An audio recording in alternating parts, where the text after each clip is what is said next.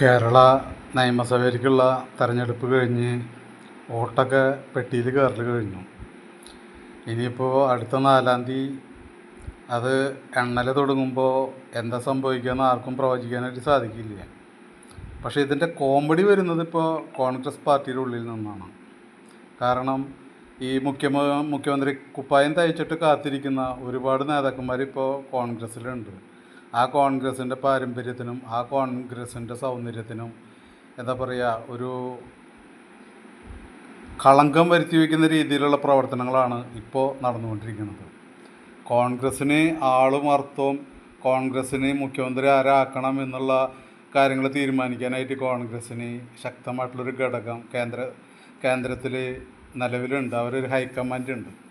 അവർ തീരുമാനമെടുത്ത് MLA-മാരുടെ അഭിപ്രായങ്ങൾ അറിഞ്ഞ് ഒരു സിസ്റ്റത്തിലൂടെ ഒരു മുഖ്യമന്ത്രിനെ തിരഞ്ഞെടുക്കുക എന്നുള്ള അതെല്ലാം മറികടന്നുകൊണ്ട് ഇപ്പോൾ മുഖ്യമന്ത്രി കസേര സ്വപ്നം കണ്ട് ആ കുപ്പായം തയ്ച്ച് ഞാൻ മുഖ്യമന്ത്രി എന്നുള്ള രീതിയിൽ ആഗ്രഹിച്ച് നടക്കുന്ന കുറച്ച് നേതാക്കന്മാർ ഇപ്പോൾ നമ്മുടെ കൂട്ടത്തിലുണ്ട്. KC Venugopal, Ramesh Chennithala, VD Satheesan, K Sudhakaran, Sasi Tharoor, പിന്നെ കൂട്ടത്തിൽ ആ പേര് ഇപ്പോൾ ഒരു പേര് കൂടി ഉണ്ട്. അത് കൂട്ടത്തിൽ കയറി വരുന്നില്ല. എന്നിരുന്നാലും എല്ലാവർക്കും ലോട്ടറി അടിക്കാതെ ചിലപ്പോൾ ഒരു ലോട്ടറി അങ്ങനെ വീണ് കിട്ടാൻ പാരമ്പര്യപ്രകാരം കരുണാകരൻ്റെ മകൻ എന്നുള്ള ആ ഒരു ലേബിളിൽ ഇനി മുരളീധരന് മുഖ്യമന്ത്രി ആയിക്കൂടായിക ഇല്ല എന്നുള്ളൊരു രൂപത്തിൽ മനസ്സിലൊരു ചെറിയൊരു മോഹവും കയറിയിട്ടാണ് ഇവരെല്ലാവരും നടക്കുന്നത്.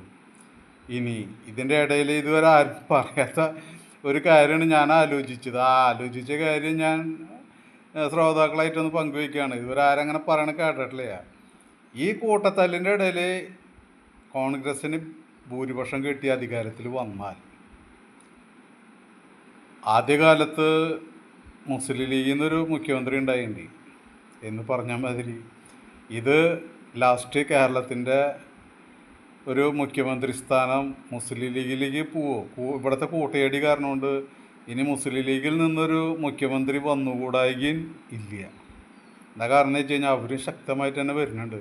പക്ഷേ ഇതൊക്കെ ഭൂരിപക്ഷം കിട്ടിയെങ്കിൽ മാത്രമാണ് കേട്ടോ വലിയ, അതായത് അവരിപ്പോൾ കണക്ക് കൂട്ടുന്നത് എന്താണെന്ന് വെച്ച് കഴിഞ്ഞാൽ ഇതേപോലെ തന്നെയല്ലേ കഴിഞ്ഞ പ്രാവശ്യത്തെ ഇലക്ഷനിൽ കോൺഗ്രസ് തിരിച്ചു വരും, രണ്ടാമത്തെ ഒരു വട്ടം ഒരു അധികാരം കിട്ടാൻ അങ്ങനെ സാധ്യത കേരളത്തിൽ ഇല്ല എന്നുള്ള രൂപത്തിൽ ഇരുന്നിട്ട് പിണറായി സർക്കാർ രണ്ടാമതും അധികാരത്തിൽ വന്നത്. അത് കേരളത്തിന് ശരിക്കും ഞെട്ടിച്ച് കളഞ്ഞിരിക്കുക.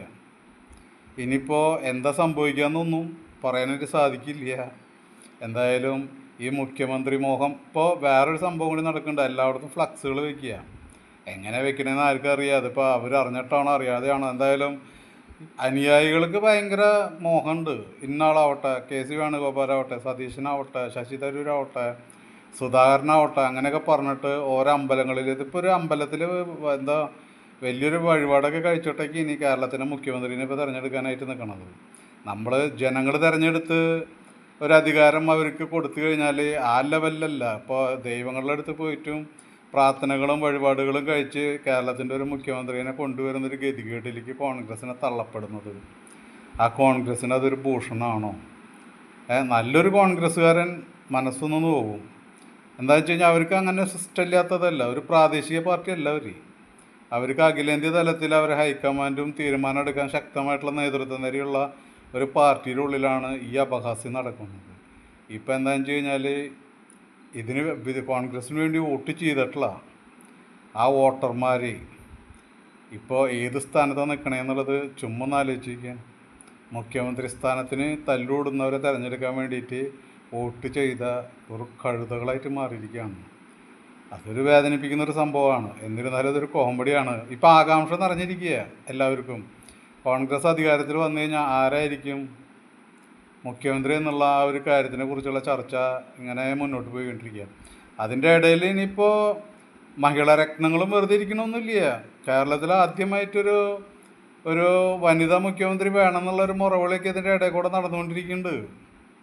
അതും സംഭവിച്ചാൽ അത്ഭുതപ്പെടാനായിട്ടുള്ള സാധ്യതയൊന്നുമില്ല. കാരണം എന്താ വെച്ച് കഴിഞ്ഞാൽ ഇപ്പോൾ മഹിളകൾ കംപ്ലീറ്റ് ഇപ്പോൾ ഹൈക്കമാൻഡിൽ സമ്മർദ്ദം ചെലുത്തിക്കൊണ്ടിരിക്കുന്നുണ്ട്. കാരണം എന്താ വെച്ച് കഴിഞ്ഞാൽ കേരളത്തിനും വേണം ഒരു വനിതാ മുഖ്യമന്ത്രി.